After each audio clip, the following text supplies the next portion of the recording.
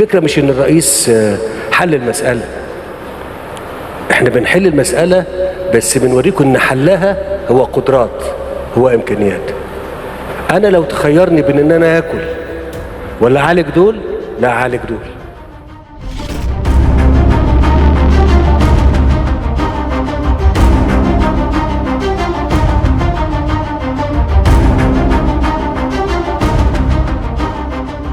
في إطار جهود المنظومة الصحية بمحافظة الغربية، شهد القطاع الطبي توسعاً كبيراً خلال 2025 بعد تقديم أكثر من 11.5 مليون خدمة طبية من خلال المستشفيات والمراكز الطبية والمبادرات الصحية.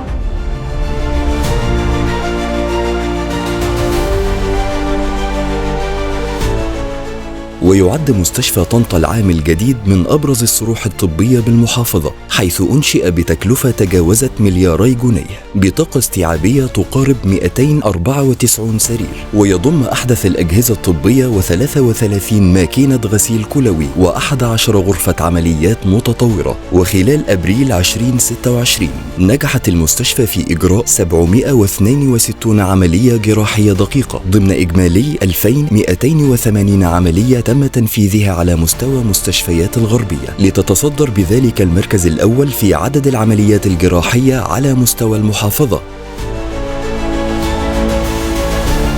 المستشفى تشمل أقسام عديدة، منها قسم الجراحة والعظام والأوعية الدموية والتجميل والكلى والعنايات المركزة كبطنة وقلب وتم دخول أقسام جديدة زي قسم القلب المفتوح وقسم الجراحات الميكروسكوبية.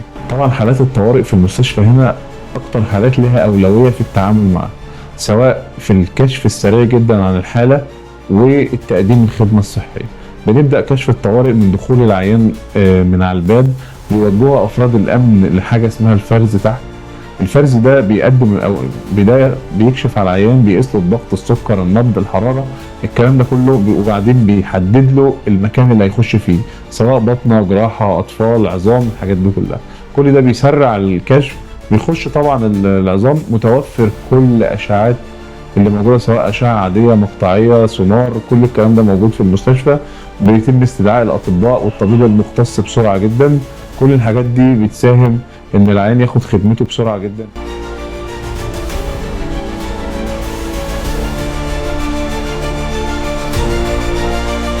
والله الخدمه ممتازه والناس هنا متعاونه جدا والدكاتره فوق الوصف.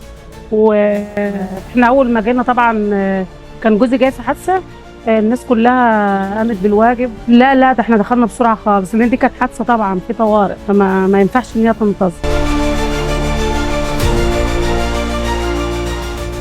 وفي مستشفى كفر الزيات تم التوسع في الخدمات الطبية بتكلفة وصلت إلى مئات الملايين لخدمة أكثر من 500 ألف مواطن سنوياً، مع إضافة أقسام متخصصة كالقسطرة القلبية ووحدة الحروق، إلى جانب استمرار المبادرات الصحية وبرامج الرعاية الطبية المختلفة.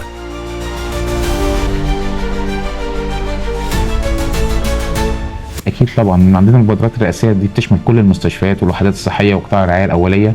يعني مثلا مستشفى كفر الزيات العام شامله مبادره الكشف على كبار السن في امراض الاعتلال الكلوي وامراض المزمنه زي امراض القلب والكلى والسكر. عندنا كمان مبادره صحه المراه، الكشف على الاورام السرطانيه في المراحل الاولى، بالذات في فحص الثدي الخاص بالسيدات. عندنا كمان المبادرات الخاصه باطفال مبتسرين اللي هم من عمر يوم لحد 28 يوم، الكشف على الامراض الوراثيه. وفي وجود اي مبادره ثانيه لازم كل المستشفيات العامه وكل المستشفيات المركزيه وحتى ايفن قطاعات الرعايه الاوليه بيتم اشتراكها طبقا للمبادره، طبقا لتعليمات السيد الرئيس. هو طبعا انا بالنسبه لي المبادره الرئاسيه او ده توجه سياسي عام للدوله دلوقتي طبقا لرؤيه الصحه 2030.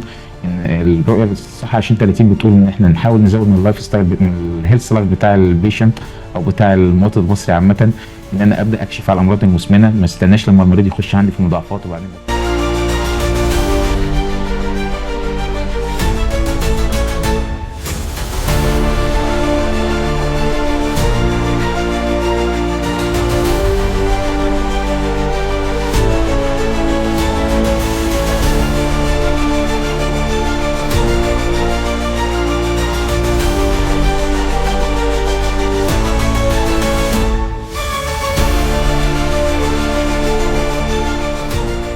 وبعد حصول محافظة الغربية على المركز الثاني على مستوى الجمهورية ضمن مبادرة 100 يوم صحة خلال 2025 بعد تقديم أكثر من 4.7 مليون خدمة طبية، استمرت المبادرات الصحية والقوافل العلاجية خلال 2026 للوصول إلى مختلف مراكز وقرى المحافظة، حيث تم تقديم الخدمات الطبية لأكثر من 48 ألف مواطن خلال شهر مارس، إلى جانب استمرار مبادرات الكشف المبكر والرعاية الصحية للمواطنين.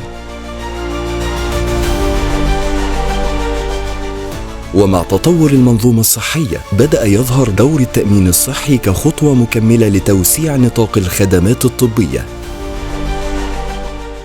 ومن أجل مستقبل يستحقه أبناء هذا الوطن العظيم، وانطلاقا من مدينة بورسعيد الباسلة، أعلن إطلاق منظومة التأمين الصحي الشامل بجمهورية مصر العربية.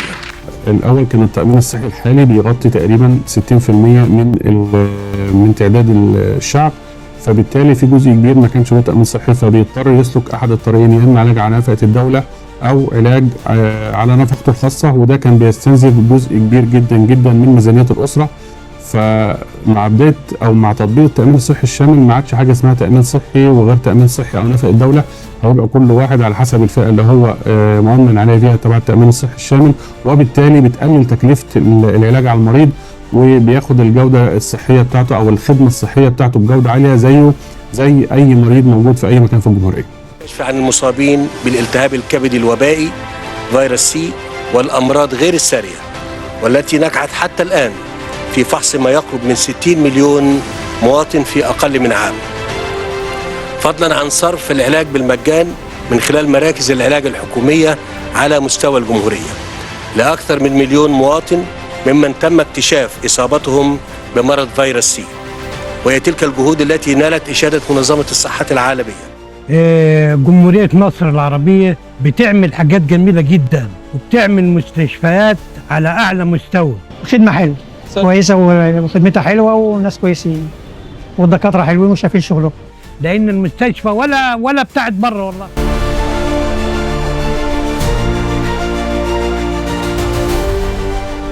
الصحة أساس المستقبل، ومصر تبني غدا أفضل لكل مواطن.